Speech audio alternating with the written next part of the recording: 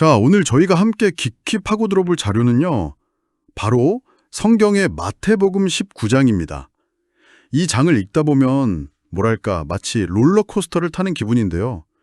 결혼, 재물, 영생 같은 아주 묵직한 주제들에 대해 예수가 굉장히 직접적이고 어떻게 보면 좀 불편할 정도로 도전적인 가르침을 던지거든요.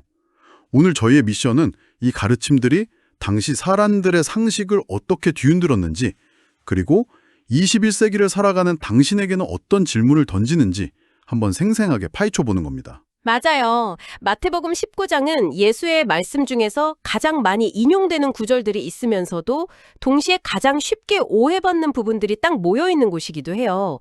이 장의 구조를 보면 참 흥미로운데요. 당시 종교 지도자였던 바리새인, 그리고 예수의 가장 가까운 제자들, 마지막으로 모든 걸 다 가진 듯한 부자 청년, 이 세 그룹과의 대화가 연달아 나오거든요. 아, 세 그룹이요? 네. 이 대화의 흐름을 따라가다 보면 세상이 말하는 성공의 기준과 예수가 말하는 천국의 기준이 얼마나 다른지 아주 극명하게 드러납니다. 그 충돌 지점을 따라가는 게 오늘 이야기의 핵심이 될 거예요. 와, 세 번의 연이은 충돌이라니 흥미진진한데요. 그럼 첫 번째 충돌부터 시작해보죠. 이혼에 대한 아주 날카로운 논쟁으로 문을 여네요. 바리새인들이 예수에게 와서 시험할 목적으로 사람이 어떤 이유로든 아내를 버리는 것이 옳습니까? 라고 묻잖아요. 이게 왜 그렇게 교묘한 함정 질문이었던 건가요? 이게 당시 유대 사회의 가장 뜨거운 감자 중 하나였어요. 크게 두 학파가 있었는데 보수적인 샴마이 학파는 오직 아내에게 음행 같은 아주 심각한 부정이 있을 때만 이혼이 가능하다고 봤고요. 아, 아주 엄격했네요. 그렇죠. 반면에 좀 더 진보적인 힐렐 학파는 아내가 남편의 저녁 식사를 태우는 것처럼 정말 사소한 이유로도 이혼할 수 있다고 가르쳤죠. 저녁 식사를 태운 것만으로도요? 네. 그러니까 바리새인들은 예수가 어느 한쪽 편에 들게 해서 다른 쪽 학파 사람들의 비난을 받게 만들려는 그런 석셈이었던 거예요. 그야말로 정치적인 함정이었죠. 아하. 그러니까 뭘 선택하던 반대파에게 공격받을 수밖에 없는 그야말로 진퇴양난의 상황으로 몰아넣은 거군요. 저 같으면 어느 한쪽을 골라야 하나 머리가 아팠을 것 같은데 예수는 이 함정을 어떻게 빠져나가나요? 여기서 예수의 화법이 정말 탁월해요. 그들의 이분법적인 함정에 빠져드는 대신에 아예 논의의 판 자체를 바꿔버리거든요. 판을 바꾼다고요? 네. 사람을 지으시니가 본래 그들을 남자와 여자로 지으시고 그 둘이 한 몸이 될지니라 하신 것을 읽어보지 못하였느냐라고 되물어요. 이건 창세기에 나오는 구절이잖아요. 아, 그렇죠. 즉, 이혼이 가능한 조건이 뭐냐는 그 법리적인 질문에 대해서 애초에 결혼의 본질이 뭐냐는 근원적인 차원으로 대화를 확 끌고 올라가 버린 거죠. 와, 정말 현명한데요. 논쟁의 프레임을 완전히 재설정해버렸네요. 하나님이 짝지어 주신 것을 사람이 나누지 못할지니라. 이 선언은 정말 단호하게 들려요. 그런데 바리새인들도 만만치 않네요. 바로 모세의 율법을 들고 반박하잖아요. 그러면 어찌하여 모세는 이혼 증서를 주어서 버리라고 명했습니까? 하고요. 바로 그 지점이 이 대화의 클라이맥스예요. 예수의 답변이 정말 핵심을 찌릅니다.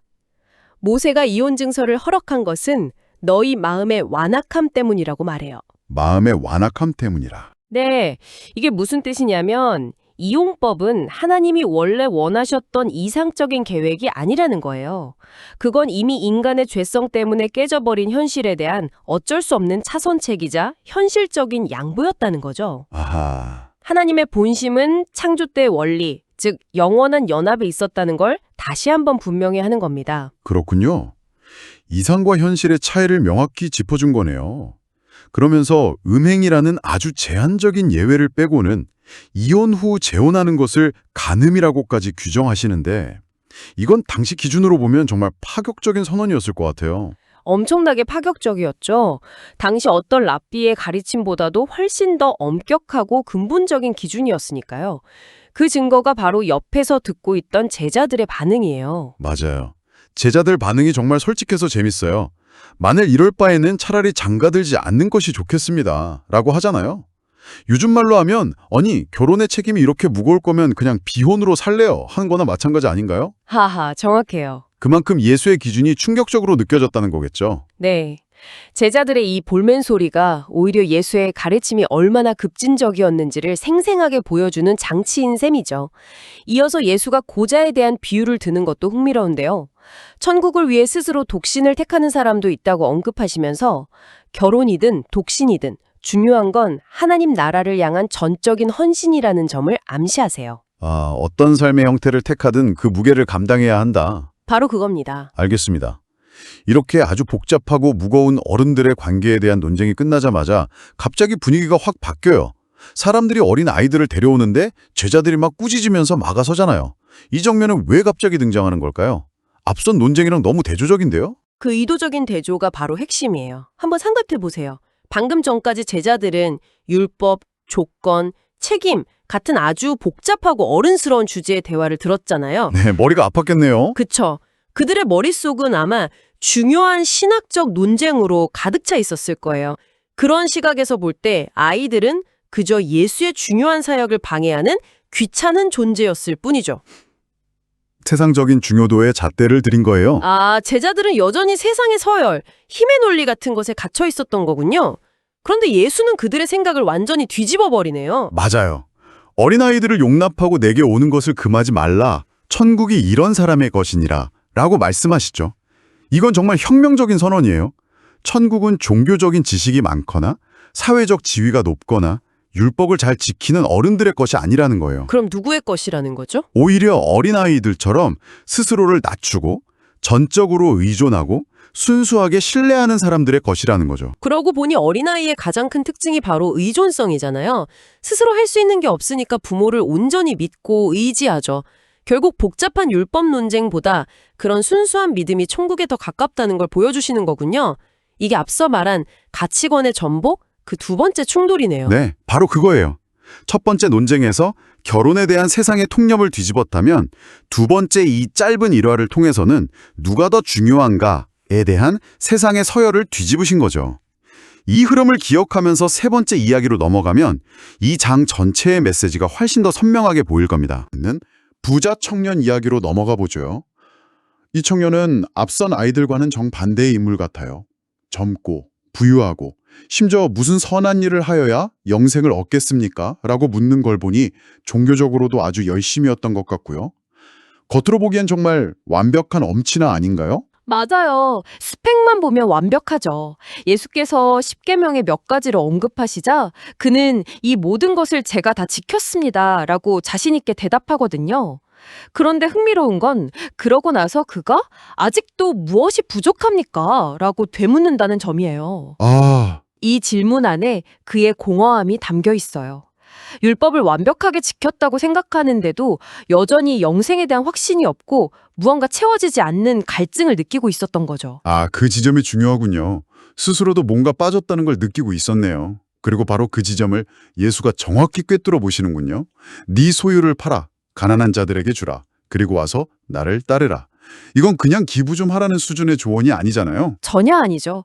이건 그의 인생을 송두리째 한다는 요구예요. 단순히 선행 목록에 한 줄 추가라는 게 아니라 그의 삶의 기반 자체를 바꾸라는 초대였어요. 이 청년에게 재물은 그냥 돈이 아니었어요. 그의 안전망이자 그 정체성이자 어쩌면 그의 진짜 신이었을지도 몰라요. 예수께서는 바로 그 우상을 내려놓고 그 자리에 하나님을 모시라고 요구하신 겁니다. 그의 삶의 주인을 바꾸라는 거죠. 결국 그는 재물이 너무 많아서 근심하며 떠나버리죠. 이 모습을 보고 예수께서 제자들에게 하신 비유가 정말 충격적이에요. 낙타가 바늘귀로 들어가는 것이 부자가 하나님의 나라에 들어가는 것보다 쉬우니라. 당시 사람들은 부를 하나님의 축복이라고 생각했다면서요. 그럼 이 말은 제자들에게 정말 청천벽력처럼 들렸겠는데요. 그야말로 멘붕이었을 거예요. 당시 문화에서는 부유하고 경건한 사람은 당연히 구원받을 사람 1순위로 꼽혔거든요. 그렇죠. 당연히 그랬을 것 같은데요. 그런데 그들의 눈앞에서 가장 완벽해 보였던 그 청년이 실패했어요. 그러니 제자들은 아니, 저런 사람도 천국에 못 들어가면 도대체 누가 들어갈 수 있다는 말인가 하는 근본적인 절망감에 빠졌을 겁니다. 와. 그들이 믿고 있던 구원의 공식이 완전히 박살나는 순간이었죠. 그들의 생각의 틀이 완전히 깨져버린 거군요.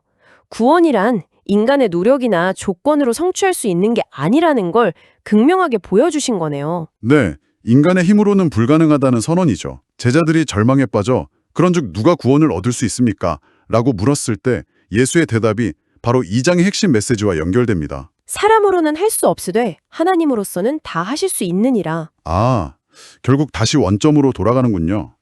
어린아이의 비유처럼 구원은 나의 능력이나 자격이 아니라 전적으로 하나님께 의존할 때만 가능하다는 말씀이네요. 부자 청년은 스스로의 의와 재물을 의지했기에 실패한 거고요. 정확합니다. 문제는 돈 자체가 아니라 돈이 주는 자기 의존성이에요.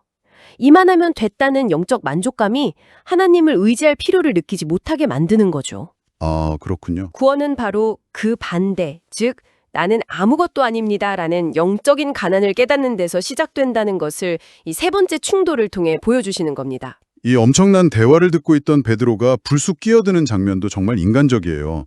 보십시오. 저희는 모든 것을 버리고 주님을 따랐습니다. 그러니 저희는 무엇을 얻게 되겠습니까? 라고 묻잖아요. 정말 솔직하죠? 그래서 우리한테 남는 게 뭔데요? 하고 묻는 것 같아서 웃음이 나기도 하고요. 그렇죠. 정말 베드로다운 질문이죠. 근데 예수께서는 그 질문을 나무라지 않으세요. 오히려 그들의 헌신에 대해 엄청난 보상을 약속하세요. 장차 세상을 심판하는 권유를 주실 것이고 주를 위해 무언가를 포기한 사람은 이 땅에서도 여러 배로 받고 영생까지 상속할 것이라고 분명히 말씀해 주시죠. 헌신은 결코 헛되지 않다는 걸 확인시켜 주시는 거군요. 맞습니다. 하지만 바로 그 뒤에 마지막 반전을 숨겨두셨죠. 바로 그 마지막 문장이 2장 전체를 꿰뚫는 것 같아요. 그러나 먼저 된 자로서 나중되고 나중된 자로서 먼저 될 자가 많으니라. 이 한 문장이 오늘 나눈 세 가지 이야기, 그러니까 이혼 논쟁, 어린아이, 부자 청년 이야기를 전부 하나로 묶어주는 열쇠 같다는 생각이 드네요. 맞습니다. 이 구절은 이 세상의 모든 가치 체계를 뒤집어 엎는 선언이에요. 한번 정리해 볼까요? 이 장에서 먼저 된 자들은 누구였을까요? 율법 지식으로 남을 판단하던 바리새인들, 예수 옆에서 서열을 따지던 제자들. 그리고 자신의 부와 선행을 의지했던 부자 청년. 그렇죠. 이들은 모두 세상의 기준으로는 앞서가는 사람들이었죠. 하지만 천국의 관점에서는 모두 도전을 받거나 실패했어요. 반면에 나중된 자로 여겨졌던 사람들. 예를 들면 어른들의 중요한 대화에서 무시당했던 어린아이들. 혹은 스스로는 구원받을 능력이 없음을 깨닫는 영적으로 가난한 자들. 모든 걸 버리고 예수를 따른 제자들 같은 사람들이 오히려 하나님 나라에서는 먼저 된 자가 된다는 선포군요. 바로 그겁니다. 그래서 마태복음 19장은 단순히 결혼이나 재물에 대한 개별적인 교훈집이 아니에요. 이 세 번의 충돌을 통해 당신은 무엇을 가장 중요하게 여기는가, 당신은 무엇을 의지하며 살아가는가를 묻는 우리의 가치관을 근본적으로 재정렬하라고 요구하는 매우 급진적인 초대장인 셈이죠. 오늘 이 깊은 대화를 함께한 당신에게 마지막으로 생각해볼 질문을 하나 드리고 싶네요. 부자 청년은 예수를 따르기 위해 물질적 부를 포기하라는 요구를 받았어요. 그것이 그에게는 하나님보다 더 큰 우상이자 안전망이었죠. 만약 당신이 더 깊은 진리를 추구하기 위해 무언가를 내려놓아야 한다면 당신의 삶에서 낙타를 바늘기로 통과하지 못하게 막는 가장 큰 재물은 무엇일까요? 꼭 돈이나 물질적인 것만은 아닐 거예요. 어쩌면 내가 힘들게 쌓아온 지식이나 경력일 수도 있고 다른 사람들의 인정이나 평판일 수도 있겠죠. 혹은 어떤 특정한 관계가 내 삶의 주인이 되어 있을 수도 있고요. 당신의 삶에서 가장 내려놓기 힘든 그것은 무엇인지 한번 조용히 들여다보는 시간이 되셨으면 합니다.